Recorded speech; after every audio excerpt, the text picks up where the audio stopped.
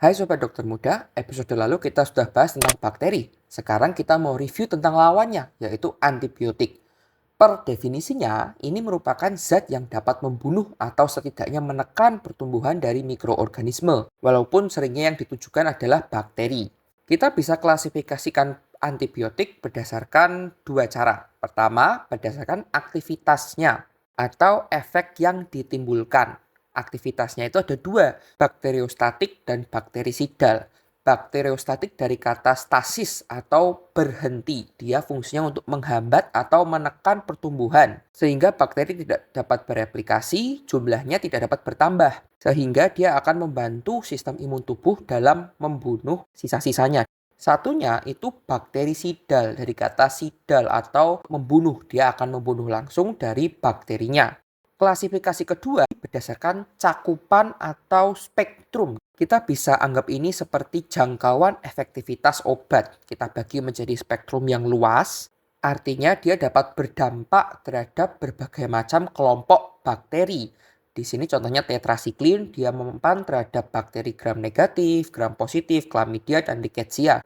Berbeda dengan antibiotik yang spektrumnya sempit atau bisa dianggap dia spesifik terhadap kelompok tertentu saja. Contohnya antibiotik isoniazid yang hanya berefek positif terhadap bakteri Mycobacteria. Tapi kelompok-kelompok lain kayak gram negatif, gram positif dia tidak akan berefek. Makanya disebut spektrum atau jangkauannya sempit. Mengenai mekanisme aksinya ada berbagai cara. Biasanya salah satu dari cara ini ya, kita bisa kelompokkan menjadi 3 kelompok.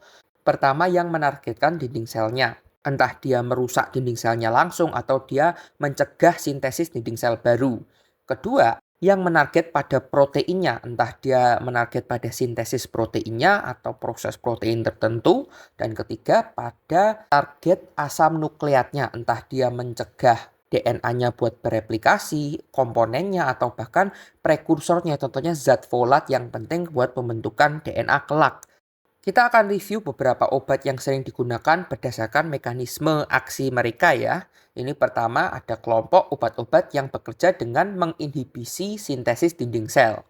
Di subkategori ini ada dua golongan obat, golongan beta-laktam dan golongan glikopeptida. Kita bahas yang beta-laktam terlebih dahulu. Disebut demikian karena dia terdiri dari cincin beta-laktam yang terdiri dari 3 karbon, 1 nitrogen, dan 1 gugus fungsi. Ini bisa beragam-ragam, variatif. Ini yang menentukan dia dinamain penisilin, dinamain ini, itu. Dan dia menentukan aktivitas farmakologinya. Cara kerja obat ini secara spesifik, cincin beta-laktam ini dapat berikatan dengan dinding bakteri pada PBP atau penicillin binding proteinnya, sehingga dia akan berefek menghentikan sintesis peptidoglikan. Sedangkan kita tahu ya, peptidoglikan adalah bagian penting dari bakteri. Oke, di golongan beta-laktam sendiri nanti sebetulnya ada banyak, ada 4. Pertama kita mulai dari penisilin. Secara mekanisme dia bakterisidal dan masalah spektrumnya dia ada yang sempit, ada juga yang extended tergantung generasi berapa. Nah, buat generasinya ada 4, generasi 1 sampai 4. Generasi pertama itu kita sebut natural penicillin dari jamur Penicillium. Efeknya pada strepto, enterococcus, dan anaerob. Generasi 2 itu sintetik yang kita biasa dengar amoksisilin, ampicillin. Efeknya sama, cuman beberapa ketambahan beta laktamase inhibitor. Oh ya, fun fact, karena penggunaannya yang sangat populer, beberapa bakteri itu sudah bisa mengakali antibiotik golongan beta laktam dengan membentuk enzim beta laktamase yang bisa menghancurkan cincin ini.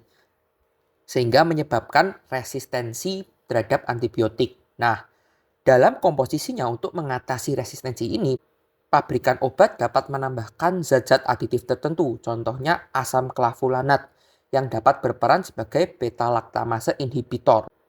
Sehingga bakterinya tidak dapat menghancurkan obatnya dan justru obatnya akan menjadi efektif terhadap bakteri tersebut. Generasi 3 disebut anti-staphylococcus. Dia berefek pada Staphylococcus atau MSSA, Methicillin Susceptible Streptococcus aureus, dan beberapa Streptococcus. Dan generasi 4, anti-Pseudomonas.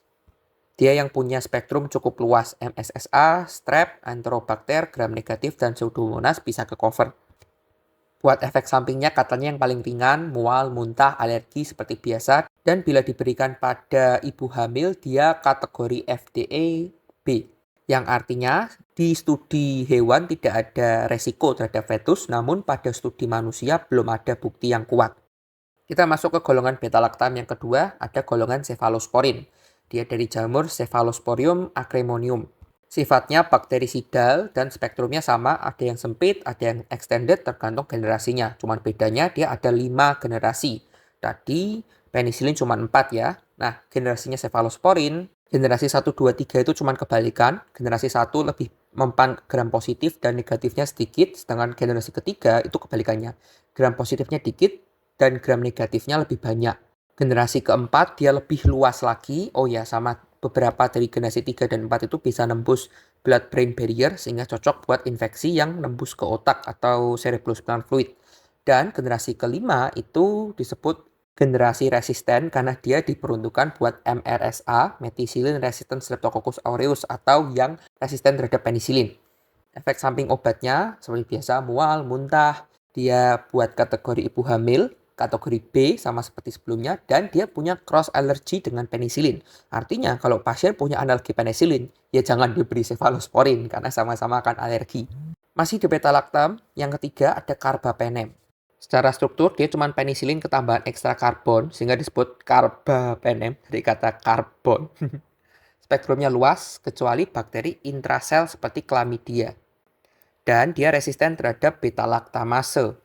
Secara mekanisme dia bakterisidal dengan efek samping mual, muntah, ruam, gangguan gastrointestinal, flebitis itu inflamasi pada pembuluh darah kalau diinjeksi, hipotensi dan kejang terutama pada pasien disfungsi renal.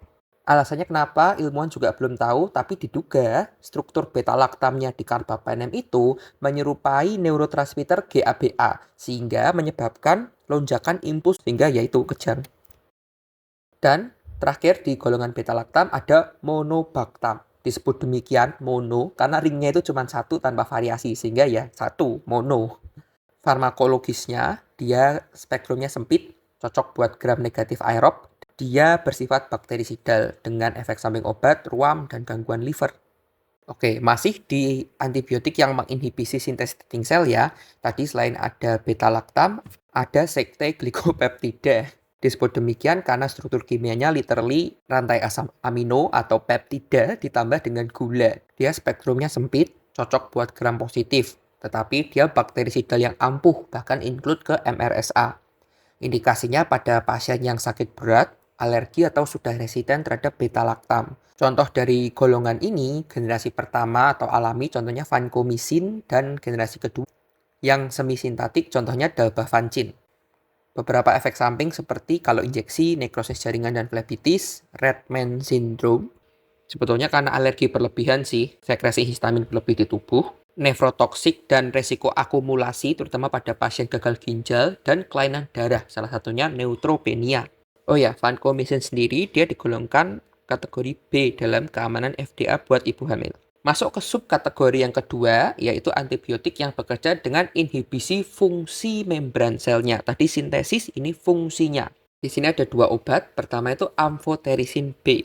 Cara kerjanya dengan membentuk kanal ion pada membran bakteri sehingga mengubah permeabilitasnya kemudian jebol. Namun, obat ini sering dipakai buat infeksi fungal berat. Jadi nanti dibahas di antifungal ya.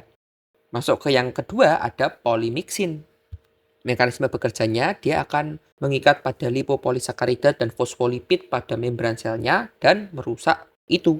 Secara farmakologis, dia spektrumnya sangat sempit. Buat gram negatif, dosis rendah dia statik, dosis tinggi dia bakterisidal. Rute oral buruk, dalam kata lain bioavailabilitasnya jelek. Efek sampingnya neurotoksik, nefrotoksik. Sama hati-hati banget kalau dikasih ke bumil karena kategori bumilnya itu C. Artinya sudah ada studi yang membuktikan dampak buruk pada hewan namun belum ada bukti pada manusia. Ya kan kali mau dicoba. Oke, 2 itu aja. Kita masuk ke subkategori berikutnya yaitu antibiotik yang bekerja dengan menginhibisi sintesis protein. Mekanisme kerjanya secara umum obat-obat ini dapat mengganggu bagian tertentu di ribosom dan kita tahu fungsinya ribosom adalah membentuk protein. Dan fungsinya protein adalah mengatur fungsi-fungsi penting dalam organisme. Kalau itu nggak ada, fungsi penting tidak terlaksanakan. Yang pertama ada obat aminoglikosida. Secara kimiawi, dia dari gugus amina atau NH2 dengan gula atau glukosa, jadi aminoglikosida. Dia sifatnya bakterisidal, contohnya yang belakangnya misin, gentamisin, neomisin, streptomisin.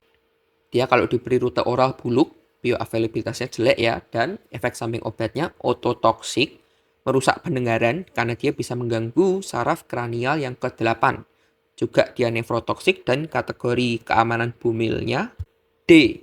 Artinya, dalam studi pada manusia sudah terbukti ada efek buruk. Namun dalam beberapa kasus masih bisa dijustifikasi bila benefitnya melebihi dari resikonya. Next, kita ada obat makrolides. Dia terdiri dari cincin gede, makanya disebut makro, dan dia terikat pada lakton siklik, sehingga disebut lides, makrolides. Spektrumnya sangat luas, gram positif, negatif, anaerob, dan mikoplasma. Contohnya eritro, klarito, asitromisin. Ya, biasanya yang sering di spam kalau ada radang tenggorokan. Jangan ya, Dek ya. Efek samping obatnya mual, muntah seperti biasanya, gangguan pendengaran, iritasi mukosa oral kalau diminum, flebitis kalau injeksi, dan kontraindikasi pada disfungsi liver. Karena sifatnya yang hepatotoksik. Kemudian kategori pada bumil dia C buat klaritro dan B buat lainnya. Ingat klaritro C. Jadi pilih yang lainnya. Kalau bisa.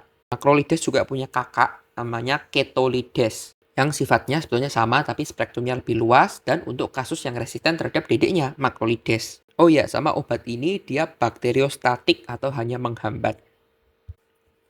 Berikutnya tetrasiklin. Disebut demikian karena dia terdiri dari 4 cincin hidrokarbon. Jadi 4 tetra.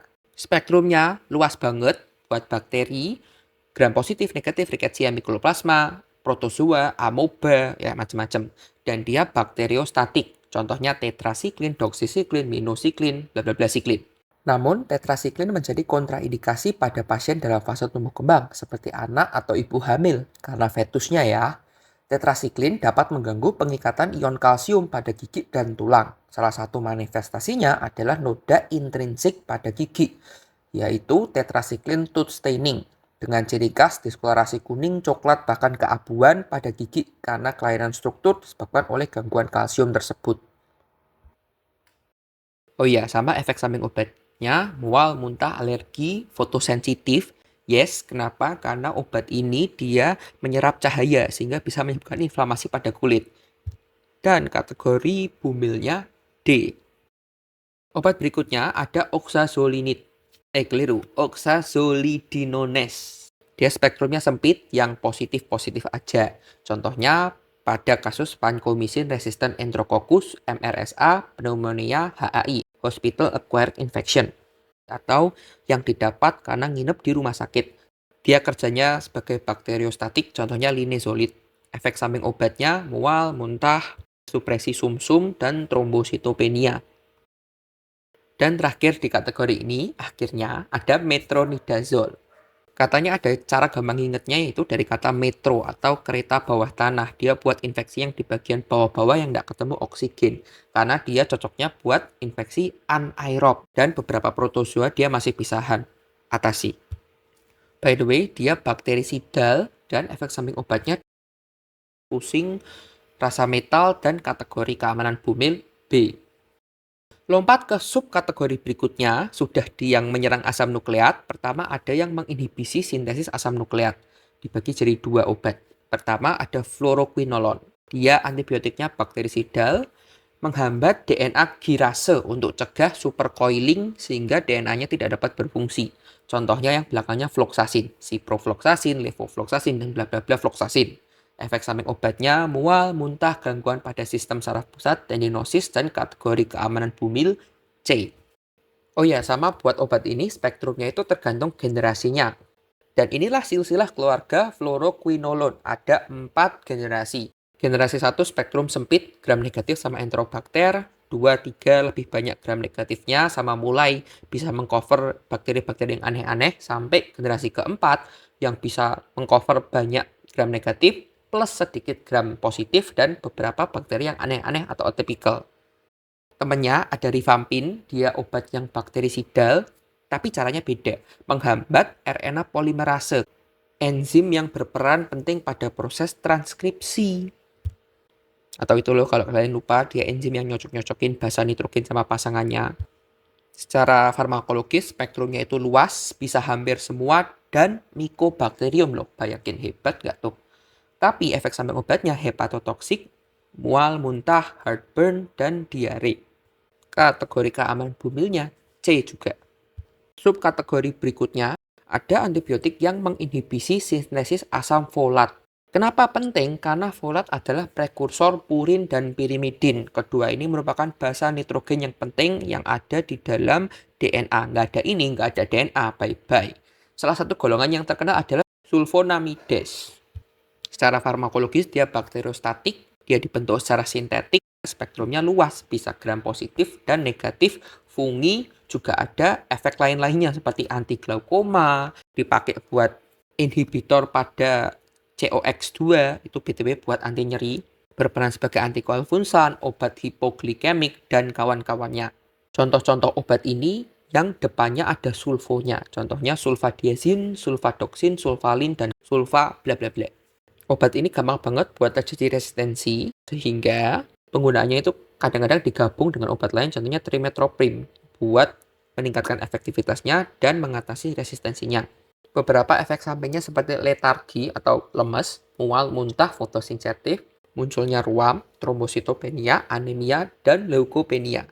Sama buat bumil, dia kategorinya C. Oke, gimana? Yang atas sudah lupa kan obatnya apa? Gak apa-apa. Tonton lagi, belajar lagi, sama sambil dicari ya buat masing-masing obatnya, farmakologinya, dosisnya. Ingat, karena ini obat mungkin aja berubah, jadi selalu cek lagi ya, pastikan jangan terima review ini secara mentah-mentah aja, buat panduan belajar lagi. Jangan lupa share ke teman, dan semangat belajarnya dokter muda.